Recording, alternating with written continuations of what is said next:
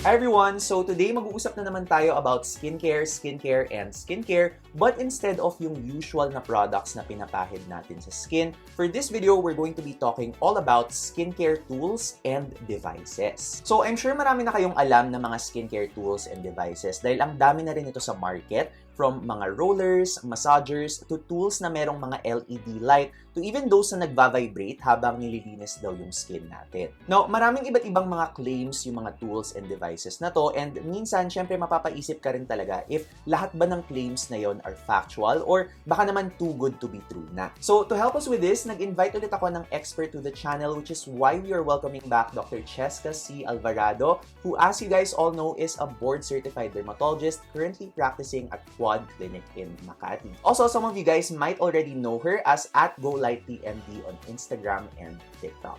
Welcome back, Doc Chesca. How have you been? Hello, Jan! Thank you for having me again. Such an honor to be here on repeat.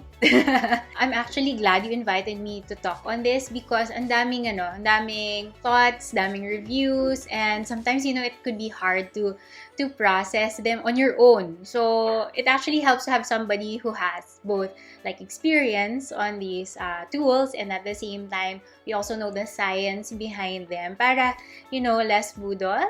Or at least, we also level our expectations with regard to these products. Doc Chesca, I do have a couple of skincare tools and devices na nilist down ngayon na very curious ang community natin about. Starting with yung pinaka-popular sa kanilang lahat, and these are the facial massaging devices. So yung mga Jade Rollers, mga gua sha, or yung mga parang heart-shaped na tool that you move around your face, and even yung mga vibrating na face massaging devices. And the first thing na narinig ko, Doc, about this is usually, nakakatulong daw silang i-contour yung face or parang i-reshape yung face. So, Doc, my question is there any truth or factual evidence na masusuportahan yung claim na yun? Okay. Great question. Ganito kasi yun, no? Pagising natin sa umaga, di ba, usually parang medyo puffy yung face natin because we stay at a certain position for a very long time, which is usually lying down when we sleep. So when we wake up, our skin, our eyes could be a bit puffy. When we massage our face with these tools, yung lymphatic drainage natin, the fluid goes back to our lymphatic system. To be honest, if you ask me, you can also achieve that with your hands. For example, if you do your own facial massage, pwede rin naman natin ma-achieve yun. The keyword is temporary. Whatever banat or whatever contouring that we get, yun talaga yung contour ng face natin. It's just that medyo nabawasan natin yung swelling. So, Doc, just to clarify, no, meaning, yung pag-contour or parang pag-reshape niya ng face is just temporary kapag na-puffy yung face natin sa umaga, but not necessarily yung parang permanently ipapalit na natin yung shape ng face natin. Is that correct, Doc? Tama actually.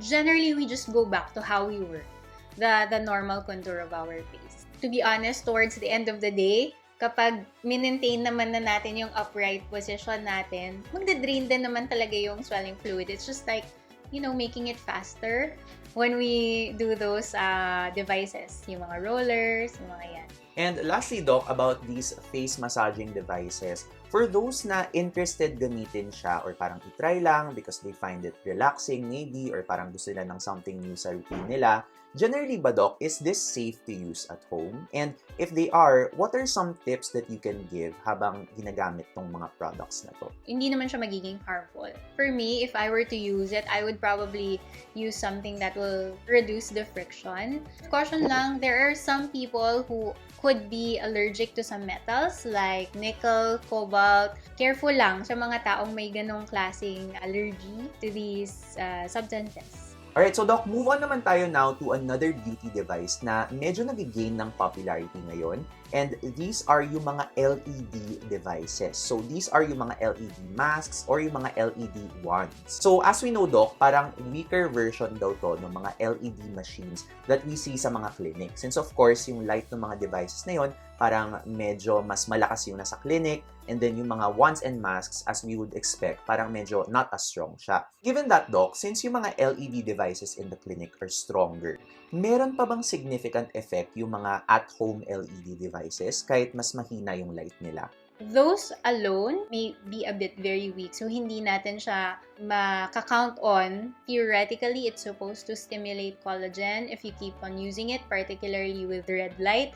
Yung blue light naman, it's supposed to kill bacteria that overgrows and acne. So far, studies would show na itong dalawang klase ng light lang, the red and blue, would have biological effects. You have to be using it as in every single day, and probably not just once a day. You have to be using it 20 minutes every single day to be able to see significant changes. Sayang yung time natin sa everyday lives natin. Mas mabilis magpahid. So, meron palang research na, okay, blue light for acne and then red light for the signs of aging. Pero ang question ko daw actually is, there are some people using this as the main treatment para sa concern nila like acne or mga signs of aging. So, I'd like to know, Doc, your thoughts na yung ginagamit yung mga devices na to as a main treatment or as a standalone treatment. Is this something you would recommend? Isang answer, no, hindi. Kasi, syempre, the reason why we have actives, mas strong na yung yung evidence on that one, yung mga studies. Yun nga, if you wanna do it as an add-on, wala namang masama. Like I said, because hindi naman sila ganun kalakas, we don't really expect a lot of side effects. But, it's also possible. So, for example, may mga at-home LED masks that have been reported to cause burns. Careful lang din tayo sa mga ganon. It's actually more of following the recommended instructions for use dun sa bigay ng manufacturer. Usually naman it comes with the leaflet, no? So, basahin natin. So, it's still very important, Doc, no, that when we're buying these products, dapat from a reputable company pa rin para alam nila kung ano yung binibigay nila. I'm glad you raised that. Very important talaga to get from a reputable company. Imagine mo, wala kang hahabulin kapag hindi mo alam kung saan yun nanggaling. So, we can't report this if you don't know where it actually came from. Alright, so next naman, Doc Chesca, ito favorite siya pag-usapan ng mga merong acne scars or just scars in general. In fact, I think we actually covered this very slightly dun sa previous collab natin about acne scars. So, yung mga microneedling na roller and yung mga tinatawag nila na parang derma pen na concentrated naman siya sa isang spot. So, Doc, ang claim daw ng mga tools na to is nakaka-increase daw sila ng collagen production since kapag ginawa daw siya in clinic, yun daw yung na-achieve niya. If someone at home wants to just increase or stimulate their collagen production in general, yung at home ba na Dermaroller or Derma pen, Doc, is that the best or parang most cost-effective or even practical way na gawin siya? Very good question. I'll go straight to Dermaroller versus Derma pen. No? Dermaroller would have bigger holes, would create bigger holes sometimes. Syempre, depends pa rin on the manufacturer. That one, hard pass talaga. As in, I really wouldn't do it. Even in clinic, personally, it's not going to be my choice of treatment. Kasi yung Dermaroller, it's ang laki ng holes na nagagawa niya. So, it can actually lead to more scarring if you do it on your own. Also, ang problem kasi sa ganyan, no, in clinic, we have to make sure when we do the procedure, it's clean. So, we have to make sure that our treatment areas are properly clean, natanggal natin lahat ng makeup, ganyan. Do you know that whatever you have on sa face mo, when you do that, if you don't remove it correctly, you can tattoo it on your skin. So, imagine mo if hindi mo natanggal yung makeup mo ng maayos and then you did those procedures, especially on your own, it can potentially cause mga skin reactions for quite some time. Pwede kasi tayo magkaroon ng forehead body reaction. You can get a very non-specific pimple or signs of inflammation or even an infection on that area. Tapos, medyo malaking problema siya because if it can get tattooed in the skin, hindi din natin siya basta-basta matatanggal. So, that's the potential problem. It's like getting a pimple na hindi mo alam kung saan nanggagaling. Kasi nagkaroon na ng reaction yung skin mo. Ang problem, pag sa bahay, alam mo yun, we may not have access to the proper disinfectants. And so this makes us more prone na magkaroon ng infection whenever we do this. Even professionals sometimes, kami, no, among us dermatologists, We would even ask the help of our fellow dermatologists na, uy, paggawa naman ako na tong treatment na to. Mga ano na to ha, mga people who do this every day, who are trained to do this. I know on social media madali. Parang, ay, dinadaan-daanan lang naman nila yun, ganyan. It really matters to have these done professionally. For example, makakita ka ng iba-ibang klaseng acne scars. We adjust in our mind yung depth kung paano namin dadaanan tong mga acne scars. So, very important din yung clinical eye. Ang problem sa Dermaroller, ang tawag natin sa term nito is operator dependent. Ibig sabihin, syempre pag yung hands natin medyo nanggigigil, grabe din yung trauma na nagagawa natin sa skin natin. And speaking of that, actually, you did mention already that there are possible better treatments for that, especially kung scarring yung concern. I guess we have two different kinds of parang alternatives here. We have siguro alternatives for office procedures and also alternatives for yung mga topical na pwedeng ilagay sa skin that could also stimulate collagen production. So, unahin natin siguro, Doc, yung mga alternatives when it comes to in-office procedures. Ano ba yung marirecommend mo, Doc, as alternatives for microneedling when it comes to treating yung mga scarring sa skin? Actually, yun nga, for me, microneedling should be done in office. But if not microneedling, what else? The gold standard pa rin for overall improvement ng acne scars natin would be fractional CO2 laser. Pero may mga kinds of scars kasi na medyo resistant to lasers. So, for example, yung mga rolling scars natin, yung hindi natin alam kung saan sila nag-end, at saka lang sa start. And then, if masyadong nakadikit na sa ilalim, there's scar tissue na disorganized underneath. Yung parang nakabuon yung skin nila, we can also do subcision on these kinds of scars. Meron din tayong tinatawag na TCA cross, that's chemical reconstruction of skin scars. Para yan usually sa mga ice pick scars, yung mga from the name ice pick, yung parang tinusok, minutas ng ice pick. On the other hand, for those na, for example, yung concern nila is just more on preventing or reducing the signs of aging. So, of course, they would want something that would stimulate yung collagen production ng skin nila. Pero, of course, ayaw nila gumamit ng parang mga needles kasi yung iba takot sila. And others just want more practical and cost-effective options, yung mga pinapahid lang sa skin. So, when it comes to that, Doc, what would you suggest? So, in terms of stimulating collagen sa ating skin, but we don't want to do all at least procedures, what can we do at home at least, no? Parang more practically speaking, nung pwede natin gawin at home, we can look into topicals that stimulate collagen. For example, retinoids, alam na natin yan, no? Retinoids generally can help stimulate collagen if you use them for a long time, quite consistently. If you use them at least a month, meron na yung collagen stimulation. Some studies would say even earlier, no? So, just keep using them. An exfoliant that can help stimulate collagen is actually glycolic acid.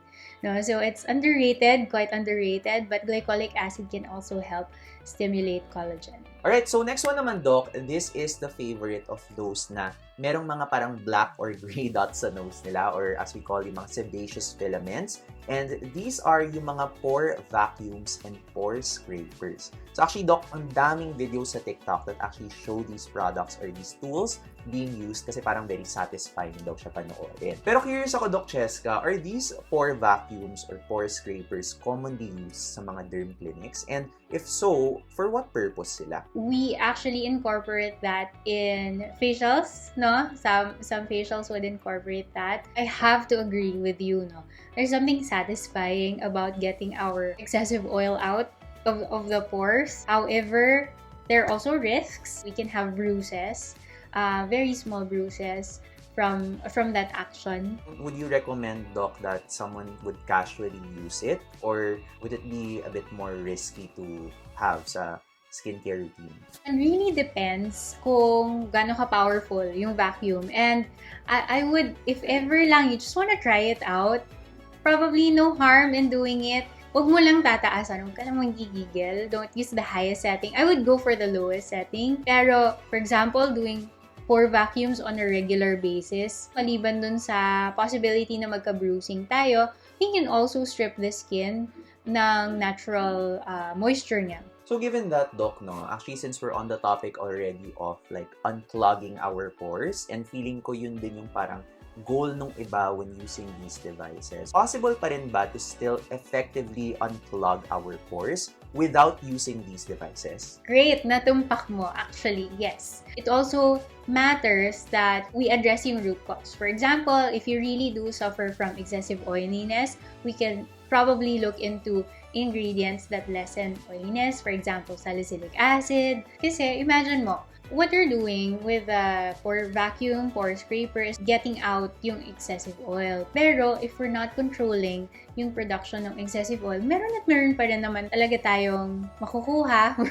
It's going to be a vicious cycle of trying to get out the excessive oil without going to the root cause. Kasi to be honest, okay, very important. Number one, normal. Normal naman magkaroon ng oil sa ating pores, and it's also normal to have visible pores. We can improve the appearance of our pores, pero kumbaga, hindi natin sila mabubura. Alright, and last but not the least, Doc, ito naman yung favorite ng mga mahilig mag-splurge, me included, and these are yung mga sonic cleansing devices. So, these are the devices daw, Doc, that vibrate or pulsate na nilalagyan natin ng mga face wash or cleansers sa first step ng skincare routine natin. So, I'm actually very curious, Doc, meron bang mga benefits yung paggamit ng ganitong mga sonic cleansing devices while cleansing our skin? Ako rin actually guilty. I've tried that. I actually like the feeling, so it's very satisfying, especially if you tend to have oily skin, or for example, kaka-makeup mo lang and then you parang are a bit worried that you still have a bit of residue ng makeup. I honestly believe they do work. They do serve their purpose. Actually, Doc, yung ibang mga cleansing devices, di ba meron silang parang mga bristles? So, I'm curious about that, Doc. Could they possibly provide light physical exfoliation? Actually, yes. Lalo na kung smaller, yung bristles finer. That also helps remove debris, remove makeup, remove oil and dirt. So, yeah, that's actually very helpful. And given that, Doc, of course, we also have an anti-budol question. Kasi na-notice ko, parang feeling ko iisipin ng mga tao na parang maybe we need this product, or maybe since we both enjoy using it, baka kailangan na rin sila sa routine nila. So, my question, Doc, is, are these tools really a must-have sa isang skincare routine? Kung gusto mo talagang thoroughly malinis yung skin mo. Great question. To be honest, hindi. It's not an absolute must-have. We can actually use our hands pa rin naman and do that rubbing motion. So, hindi natin actually kailangan. Masarap lang talaga siyang gamitin. Ayan. So, narinig niyo na guys si Doc Chesca, ha? Hindi siya kailangan gamitin. So, yung mga nag-add to cart dyan, pag-isipan niyo muna kung meron kayong budget. Pero, for those who actually enjoy using these sonic cleansing devices, what would be your top tips sa paggamit ng mga products na to? So, like we discussed earlier, it really helps to get from a reputable manufacturer because, syempre, if these are battery-operated, meron din tayong safety issues with batteries. So, for example, we have to make sure they're properly stored, we clean them well, i-dry natin ng maayos. Very important to take care of our devices. Also, we have to make sure we clean our brushes. I also want to emphasize na even if they say these devices are generally safe, syempre there are still some exceptions. It's not meant for everybody. For example, kung meron tayong chronic skin conditions that are flaring, for example, yung eczema natin, it's really flaring, it's really red, you have visible na mga patches na red talaga and it's scaling, or yung rosacea natin, our redness is out of control. Basta any skin condition that is out of control, as much as possible, we wanna try to avoid muna yung physical or even chemical exfoliation. So that's yung application, or at least the exception sa paggamit nitong mga ganitong devices. Alright, so Doc Chesca, I think ang dami na nating devices na na-cover in this video, and I'm sure there's more in the market. Pero in fairness, I think marami naman tayong nakuha na mga very popular and known ones. And Doc, I'm super duper happy that we're able to provide this quality information to our viewers. So again, Doc Chesca, thank you so much for being here again. Thank you again for having me, Jan. It's always a pleasure exchanging information, sharing knowledge with you. And Doc Chesca, I'm sure a lot of our viewers already know you, but for the new viewers for this video, could you let us know where to find you on social media? So you can find me on Instagram and Twitter at GoLightlyMD, and sa TikTok may slight modification, may gitna lang, may dot lang sa gitna. GoLightly.md at TikTok. Ayan, so a lot of very quality information sa mga social media channels ni Doc Chesca, guys. So be sure to check that out. And also, we will be putting Doc Chesca's information sa description box if you're interested to check out her clinic in Makati or if you want to consult with her. So thank you again, Doc Chesca. And guys, if meron kayong any topics that you want us to cover, do let us know in the comments below. And as usual, if you guys found this video informative, please do leave us a thumbs up and subscribe for more content like this. And as always, guys, I will see you in the next video. Bye!